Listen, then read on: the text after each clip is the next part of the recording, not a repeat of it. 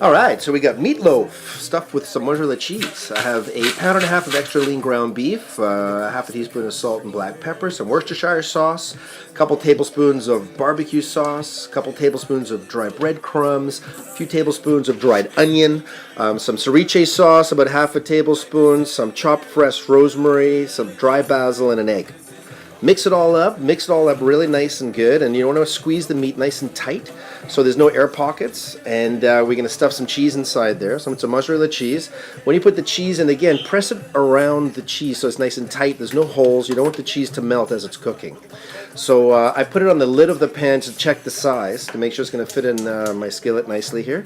So I preheat the skillet for about 3 minutes. The pan's going to be nice and hot. When the water beads, we got that beating action. That's the right time to start searing our meat.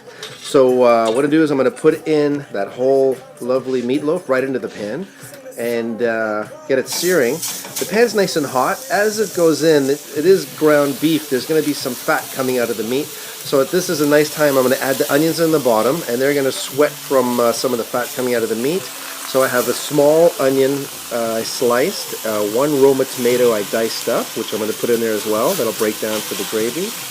On top of that, I have 10 small button mushrooms, which I cut into eighths and threw them into the pan. You can even leave them whole sometimes. Nice to have them whole, like big pieces of mushroom is nice in the end. We can put the lid on there, and when the whistle goes off in a medium heat, then I'm just going to check it here. Now everything's starting to sweat inside. On each side of the meatloaf, I'm going to put in a heaping tablespoon of flour. Now what I'm going to do is I'm going to cook the flour, and I'm going to cook the flour, make it kind of like a roux. It's going to get nice and thick and pasty. So just mix it up, and we're going to cook that a little bit. I'm going to add some liquid, just a little bit of beef broth.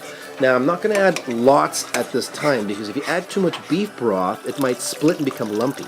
So add a little bit of liquid, mix it in with the roux paste from the flour, add a bit more liquid, roll the roast over. You want to be very gentle when you move it over, and we got that nice brown part right on top.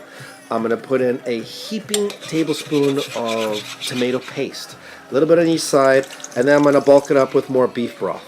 So the beef broth is 3/4 full, and the roast is turning around. I'm going to put some liquid over the roast. We're going to put the lid on top and kind of braise it for about 35 minutes. Right? Total cooking time will be done here.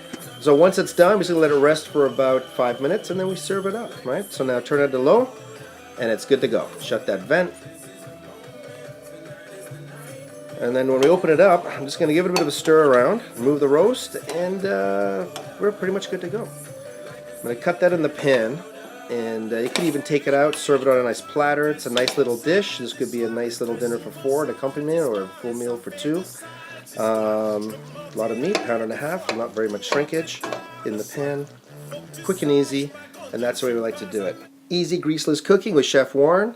And don't forget to subscribe to our page for the next exciting dish.